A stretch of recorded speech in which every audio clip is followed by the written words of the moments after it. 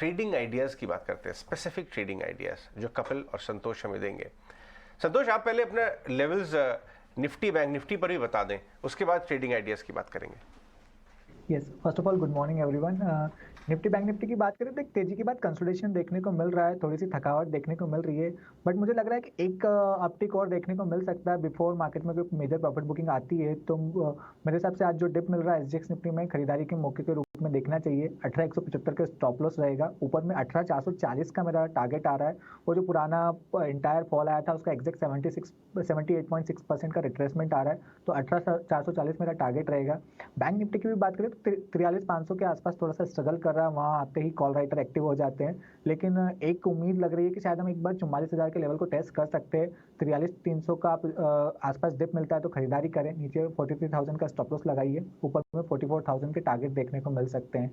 Stocks की बात करें तो मेरे 3 स्टॉक्स है, तीनों ही बाइंग साइड में है। पहला है रिसेंटली लिस्टिंग बिकाजी की, कल इस स्टॉक में एक अच्छा मोमेंटम देखने को मिला। स्टॉक ने लिस्टिंग के बाद एक अच्छी तेजी दिखाई थी और करेक्ट हुआ था, लेकिन दो बार ये 345 के लेवल के आसपास से ही बेस बनाकर बाउंस बैक कर रहा है।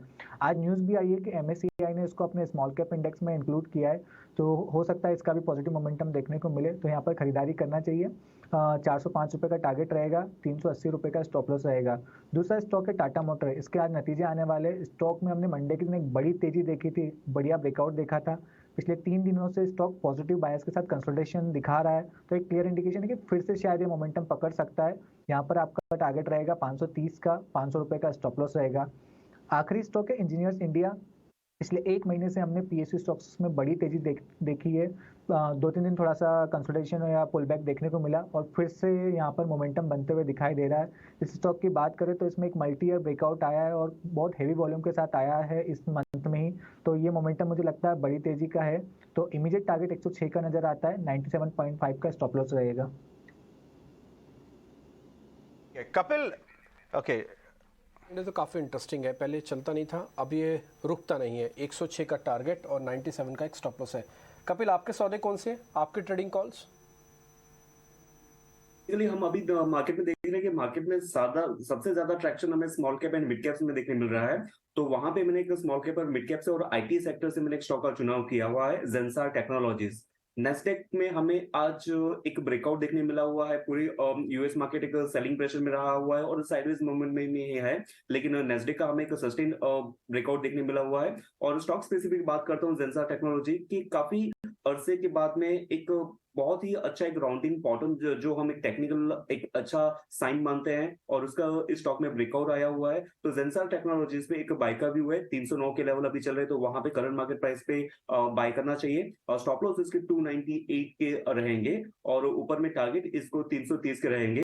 इस व्यू की अवधि 1 से 2 हफ्ते की रह सकती है। और दूसरा एक वेरी शॉर्ट टर्म ट्रेड में जहां पे देख रहा हूं कि एक लार्ज कैप स्टॉक जहां पे इतना कुछ खास मोमेंटम नहीं है और स्पेसिफिकली मेटल स्टॉक्स पिछले काफी दिनों से हम एक सुस्त माहौल वहां पे देख रहे हैं। मेटल इंडेक्स भी अपने एक रेजिस्टेंस लेवल पे रिएक्ट कर रहा है।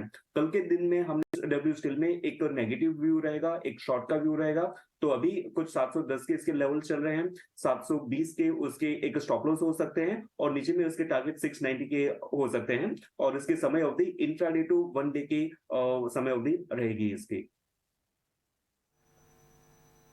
ठीक, क्या स्ट्रैटेजी बना रहे हैं उनसे बात करते हैं। नरेश, मॉर्निंग, कहाँ पर ट्रेड दिख रहा है? कई जगहों पर कई पॉकेट्स में नंबर अच्छे आए, क्या वहां ट्रेड लेंगे आप? हालांकि बैंक्स कल देखें तो थोड़े फ्लैट थे, बड़े ड्रैग तो नहीं थे। क्या बैंक निफ्टी पे कोई कॉल होगी? किस तरह से आप ट्रेड कर रहे हैं?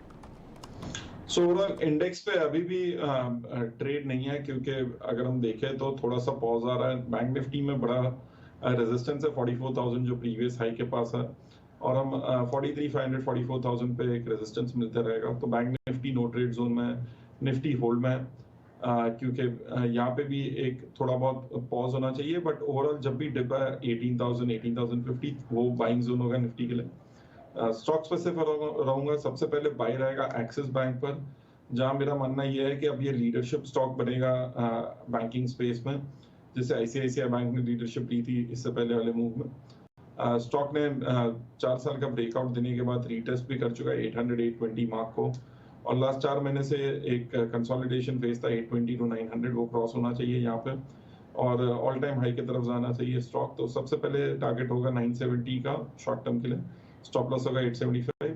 दूसरा बाय रहेगा कोल इंडिया पर, जहां पे रिजल्ट्स के बाद एक रिकवरी आई थी गैप डाउन के बाद, स्लोली एंड स्टेडीली 240 जो है एक शॉर्ट टर्म रेजिस्टेंस है, और डिविडेंड एडजस्टेड बेसिस पे अगर वो क्रॉस होता है तो एक ऑल टाइम हाई होगा। तो प्रीएम्प्टिव बाय है यहाँ पे, स्टॉप लॉस होगा 230, टारगेट होगा 255।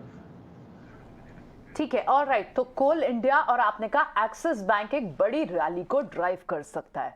ठीक है, 2 लार्ज कैप्स आपने निफ्टी स्टॉक्स लिए आज के लिए। ठीक है नरेश, टारगेट और स्टॉप लॉस हमारे व्यूअर्स जरूर ध्यान रखें। वक्त एक छोटे से ब्रेक का है, लेकिन ब्रेक पर